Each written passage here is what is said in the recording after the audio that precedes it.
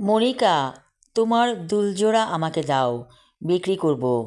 মনিকা সাপের মতো ফোঁস করে উঠে বলল, কেন? আমি আমার সোনার দুল তোমাকে দেব কেন?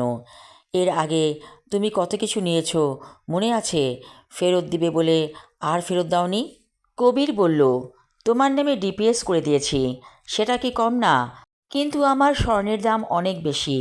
একটা নারীর জীবনে স্বর্ণ অনেক গুরুত্বপূর্ণ। তুমি একটা কাপুরুষ, স্বর্ণ তো গড়িয়ে দিতে পারো না, আরও ছো মেরে নিয়ে যাও চিলের মতো। আমি এবার দিব না। কি করবে দুল বিক্রি করে? তোমার লজ্জা করে না আমার কাছ থেকে চেয়ে চিনতে সব কিছু নিয়ে নিচ্ছ? শেষ রাতের দিকে চলে গেল কবির সুটকেসে কিছু কাপড় ভরে। ও যাবে অনেক দূরে, মনিকাকে বলা হয়নি। মাঝে মাঝে এমনি করে সংসার থেকে পালিয়ে চলে যায় কবির। সংসার ধর্মটা যেন আর ভালোই লাগছে না। ছেলে মেয়ে দুটো বড় হয়ে গেছে, এখন ওরা কলেজ ভার্সিটিতে পড়ছে। ছেলে মেয়ে দুটো যার যার মতো চলে, মা বাবাকে সময় দেয় না। একমাত্র মনিকাকে নিয়েই সময় কাটে কবিরের। কিন্তু ইদানিং মনিকা কেমন যেন খেকিয়ে কথা বলে, ভালো লাগে না। 15 দিনের বাজার করে দিয়েছে কবির। চাল ডাল যা কিছু লাগে সব কিছু তো আছে, শুধুমাত্র কাঁচা বাজারটা করে খাবে। এ আর সমস্যা কি? সেদিন অনেক মাছ মাংস দেখে মনিকা বলেছিল, কি ব্যাপার, তুমি কি কোথাও যাবে নাকি? এত বাজার করেছো যে? কবির বলেছিল, যেতেও তো পারি, যদি একদিন চলেই যাই, আমাকে খুঁজো না। মনিকা ভেবেছিল কথাটা এমডি বলেছে। আসলে কবির ভেতরে ভেতরে বড় রকমের একটা প্ল্যান করছে। কবির চলে এসেছে বাস স্ট্যান্ডে, দাঁড়িয়ে আছে। বাসে উঠে পড়বে সে, তারপর চলে যাবে অজানা গন্তব্যে। হঠাৎ করে একটা গাড়ি খুব জোরে ওর সামনে ব্রেক করলো।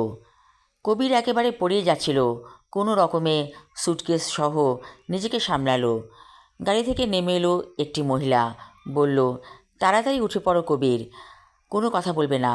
কবির বলল, কে তুমি?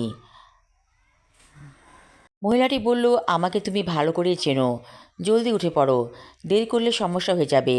কবির কোনো কিছু না ভেবেই উঠে পড়ল গাড়িতে। কবির বলল, কোথায় যাচ্ছি আমি? মহিলাটি বলল, আমাকে চেনো? দেখো তো ভালো করে। মহিলাটি মুখের ঘোমটা সরালো, হিজাব পরা ছিল। কবির আঁতকে উঠে বলল, এ কি তুমি? কতদিন পর দেখা। না, কতদিন বলছি কেন, অনেক বছর পর দেখা। শিউলি হাসছে খিলখিল করে, মনে হচ্ছে হাজারো শিউলি ফুল ঝরে পড়ছে তার হাসিতে। এখনও তুমি এত সুন্দর করে হাসো শিউলি? অবাক হয়ে বলল কবির। শিউলি বলল, আমি জানতাম আমি বলার সঙ্গে সঙ্গে তুমি গাড়িতে উঠে পড়বে, কারণ তুমি তো এমনই ছন্ন ছাড়া অন্যরকম মানুষ। তোমার জায়গায় অন্য কেউ হলে বলতো, কে আপনি, কেন আমি আপনার গাড়িতে উঠব, তাই না? অথচ তুমি কিছুই বললে না, সুর করে গাড়িতে উঠে বসলে।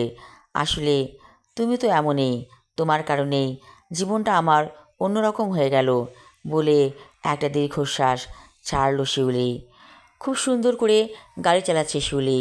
কবির বলল, ড্রাইভিং তো ভালোই করছো। শিউলি বলল, আমি একাই গাড়ি চালাই, সঙ্গে ড্রাইভার রাখি না।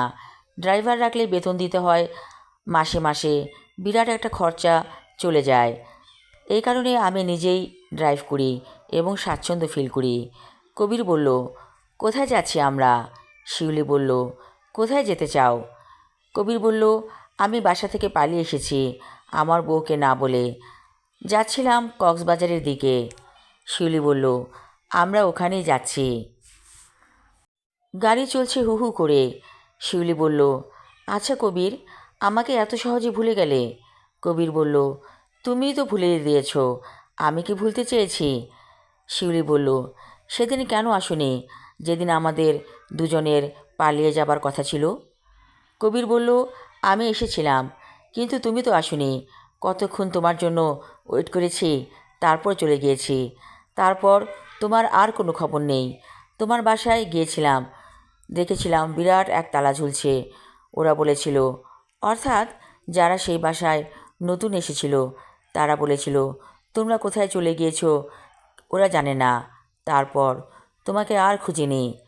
শেষমেশ বিয়ে করে ফেললাম মাথা মোটা একটা মহিলাকে। মহিলা আমার জীবনটাকে বিষিয়ে দিয়েছে। এখন সারা দিন রাত ঘেউ ঘেউ করে, মনে হয় যেন একটা অ্যালসেশিয়ান কুকুর আমাকে তাড়া করে বেড়াচ্ছে। শিউলি বলল, আমারও সেই অবস্থা। আমার হাজবেন্ড আমাকে মেন্টাল টর্চার করে, মাঝে মাঝে পাগল হয়ে যায়। যেমন আজকে আমি রীতিমতো পালিয়ে এসেছি বাসা থেকে। অবশ্য আফজাল আমাকে খুঁজবে না, সে নিজের মতো করে বাঁচবে। ও আরও খুশি হয় যখন আমি বাসা থেকে চলে যাই, কারণ ওই সময় সে একেবারে নিশ্চিন্ত, নিজের মতো করে লাইফ স্পেন্ড করবে। আমিও আছি ভালোই, চলে যাচ্ছি কক্সবাজার, কয়েকদিন থাকবো। কবির বলল, আচ্ছা শিউলি, আমরা কি পারি না আবার এক হয়ে যেতে? তুমিও সুখী হওনি, আমিও সুখী হইনি, আবার আমরা এক হয়ে যাই। শিউলি বলল, কিন্তু আমরা যাদেরকে পৃথিবীতে এনেছি, অর্থাৎ আল্লাহর হুকুমে যারা আমাদের সন্তান হয়ে এসেছে, তাদের কি হবে? তাদের ভবিষ্যৎটা নষ্ট হয়ে যাবে তো।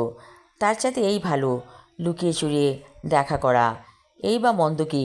মনে হয় যেন সেই কিশোরী বয়সের মতো নতুন করে প্রেমে পড়েছি, তাই না? কবির বলল, চা খেতে ইচ্ছে করছে খুব বেশি। চা খাবে? ঠিক আছে, গাড়ি আমি এক সাইডে পার্ক করছি। আমার কাছে ফ্লাস্ক আছে, তৈরি করা চাও আছে, সাথে আছে নিজের হাতে তৈরি করা কেক। তাই নাকি?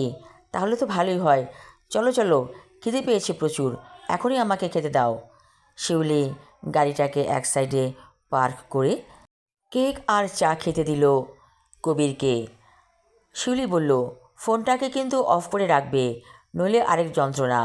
কবির বলল, সেই কখন অফ করে ফেলেছি, নইলে এতক্ষণে কতগুলো ফোন কল আসতো। শিউলি হাসছে, আচ্ছা কবির, আমাদের জীবনটা অনেক সুন্দর, তাই না? কিন্তু আমরা কাদা ছোড়াছুড়ি করে জীবনটাকে নোংরা করে ফেলি। যাক, ভালোই হয়েছে, কয়টা দিন তোমার সাথে থেকে মন ভালো হয়ে যাবে। আমি আমার লেখা ছোট গল্প শিউলি ফুলের মালা পর্ব 1 পড়লাম। পরবর্তী অংশ থাকবে আগামী পর্বে। ধন্যবাদ।